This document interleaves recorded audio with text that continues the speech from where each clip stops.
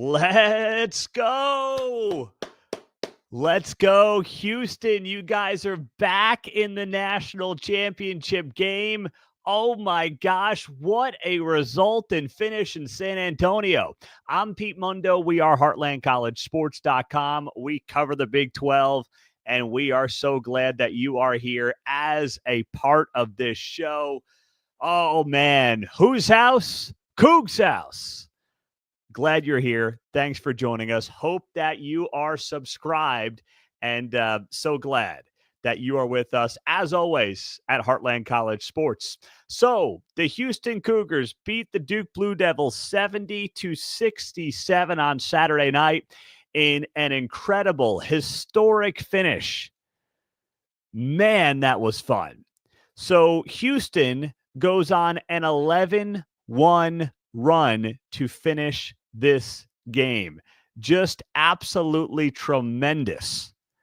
And it's one of those games that we are all going to remember for a very long time.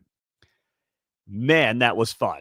So listen, let's just start off with this comeback. All right. Houston ends up closing the game on a 25-8 run. That is unbelievable. A 25-8 run for this team and this program in this game is just incredible because they looked like they were done. You know that, and I know that. Let's be honest. We're watching this game, and we're saying to ourselves, it's over. Okay? They're down what? How many points? 14 points with 8 minutes left. That's what happened here. They were down 14 points with 8 minutes left. And then the comeback begins. And what a comeback it was. And it's a team effort. It's LJ Cryer, who had a great game. It's Emmanuel Sharp. It's big free throws from Jawan Roberts. It was all that wrapped in the one. That's how exciting this moment was and this game was for the Houston Cougars. It was absolutely tremendous. And you know what? This is also a classic example of a team that was better prepared, that had veteran leadership, that, as cliche as it is, did not give up. Okay? And there's a lot of people in that spot who would have given up, and they did not. And that is a testament to this program in this moment and everything that they have done leading up to this moment on Saturday night. That's how good it was. That's how impressive it was for the Houston Cougars. So shout out to all of you Houston Cougars fans who are out there right now, who are celebrating an incredible moment. You are going back to a national championship game for the first time in 40 years. You have every right to enjoy this moment because here's the other thing about Houston. Houston is a team that had the most Final Four appearances without getting to this national championship.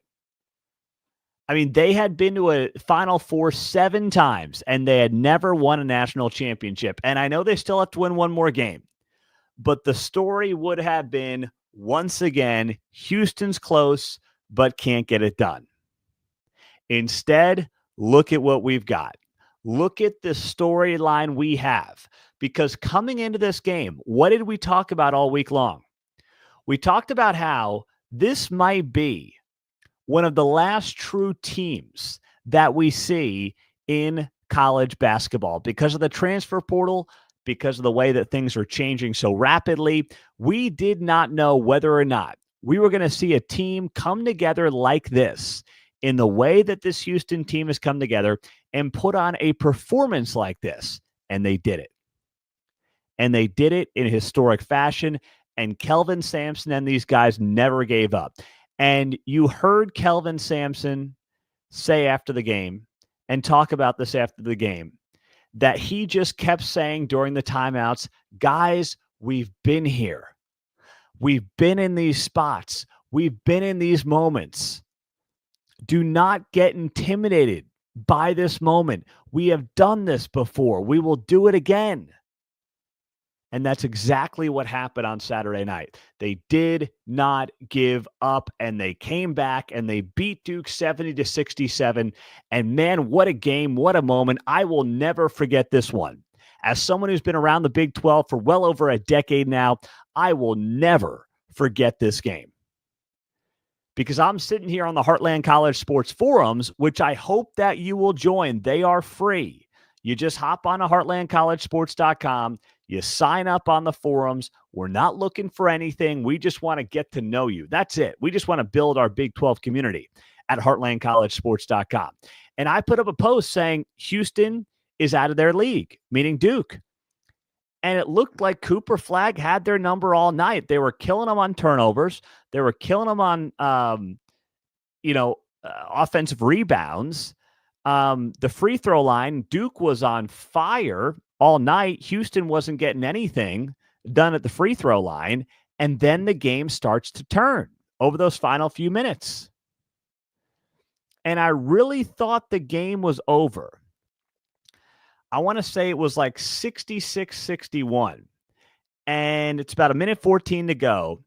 And Tugler has that technical foul when he stupidly reaches across the baseline and hits the ball before the Duke player inbounds it. And I'm sitting there and I'm like, what are you doing, bro? I mean, you can't possibly do that in that spot. And Kelvin Sampson drops to his knees, and it felt like that was a moment where this game was over. This game was done. It just felt that way from Kelvin Sampson. Felt that way. The broadcast perspective, the game felt like it was over in that moment.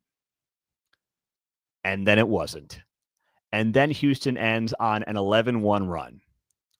Now, let me spend a moment here, and I'm going to do it because I know it's controversial, on the Cooper Flagg over the back foul call. It's a 50-50 call. I will say that in that spot. It's a 50-50 call. But if you're a Duke fan and you are going to blame your loss on that call, you don't know ball. You don't know basketball. Could it have gone either way? Maybe you can talk me into it being a no call in that spot. You can do all that. You can. I'm not going to sit here and say that's why Duke won the game or lost the game. It's not why they lost the game. It's not. It's a 50-50 call. Houston got it. And by the way, let me add this to the conversation, okay? Houston was not getting any trips to the free throw line compared to Duke all night long. It wasn't all that close.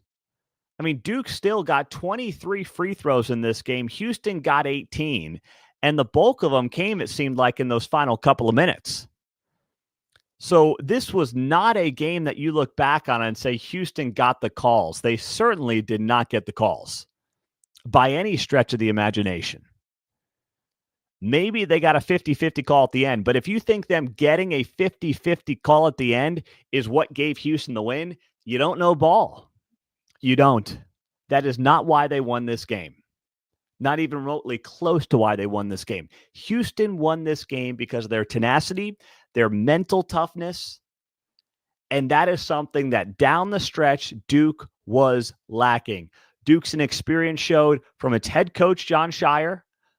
You compare him to Kelvin Sampson, night and day. Kelvin Sampson, and listen, John Shire's a really good coach. He could be a great coach one day. But I mean, listen, Kelvin Sampson's twice his age. When you get down the stretch of a game like this with this kind of a magnitude, who do you want? You want Kelvin Sampson in the spot. You want the team that has sixth-year seniors like Juwan Roberts. That's what you want. You don't want true freshmen like Cooper Flagg, as talented as he is. You don't want coaches who have been around for a hot minute like John Shire. You want the guys who have been in the grind for decades. And Kelvin Sampson flashed that and showed that and displayed that on Saturday night.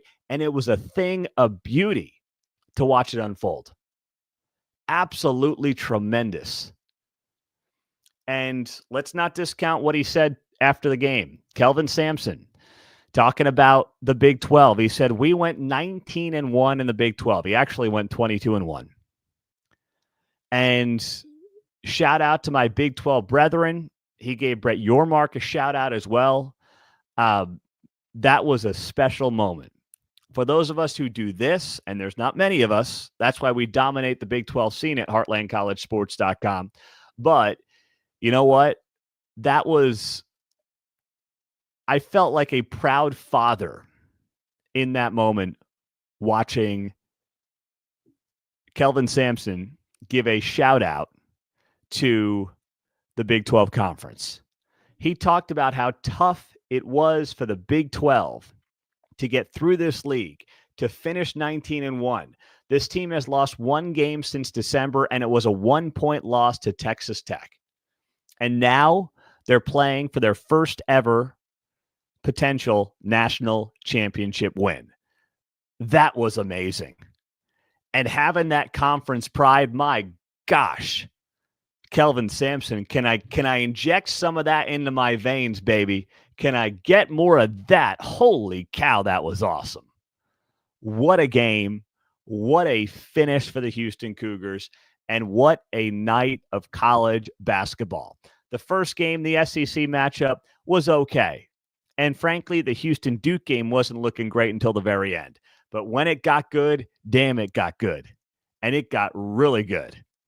And if you are a Houston fan, I hope that you are soaking this thing up like crazy.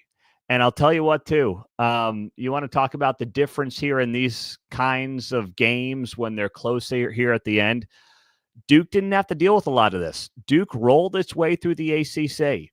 They did not grind in the ACC like what the Big 12 grind was for Houston. And it's something that was alluded to by Kelvin Sampson that we just talked about. And also this was brought up on our forums. This was one of the recent posts on our forums. Here it is. Duke had a cakewalk on their way to the ACC title, but Houston had to fight for every inch in the Big 12. Nobody could have out-talented Duke this year, but Houston outworked them just like they did going 22-1 in the Big 12 this year. That's a great point on our Heartland College Sports forums. And I hope that, we're all appreciating this one. We have all got to root for the Big 12. We have all got to root for Houston. And we got to take down the SEC on Monday night, baby. Let's go. I am so fired up for what this team just did. And I know that many of you are as well. And there's a lot of conference pride that comes with it. Because let's be honest, people are ready to crown the SEC as God's gift to college basketball. As if the Big 12 did not win back-to-back national championships as recently as 2021 and 2022. This would give the Big 12 3 natties this decade. That'd be pretty damn good. And the SEC has not won a natty since 2012. Kentucky, John Calipari. So there's a lot on the line on Monday night. Kelvin Sampson, of course, has a legacy-making moment coming up on Monday night. This Houston team can do something it's never done before coming up on Monday night. And what is standing in their way is the big, bad Florida Gators out of the SEC. So let's go. It is time. You know I'm breaking it out. We're going to be selling these like crazy. SEC undefeated in hypothetical games. I will link to it in the show when we wrap up here on YouTube and on the podcast. And if you are just joining us, please do make sure that you are subscribed. And if you're on the podcast, could you drop us a 5-star rating and review just out of excitement? I mean, come on now. It takes you 30 seconds. 5 stars and then a rating and a review. That's all we're asking for here. I would so appreciate that. And it would really continue to help this show grow. We've got 800 plus ratings, 4.8 rating out of 5 stars. We want to keep that baby trending in the right direction. So let's go, Cougs. We are fired up for Monday night. We're glad that you're here on HeartlandCollegeSports.com. Celebrate it, Houston fans. Celebrate it, Big 12 fans. This was a historic evening. and soak it up, have a drink. Cheers to you. We've got a lot more to talk about and get to these next 48 hours. So make sure you are locked into heartlandcollegesports.com. Make sure you are subscribed to this channel because we will have much more coming your way. Have a great day. Have a great night. Congratulations, Houston. Let's go Big 12. I'm Pete Mundo. We'll talk to you soon.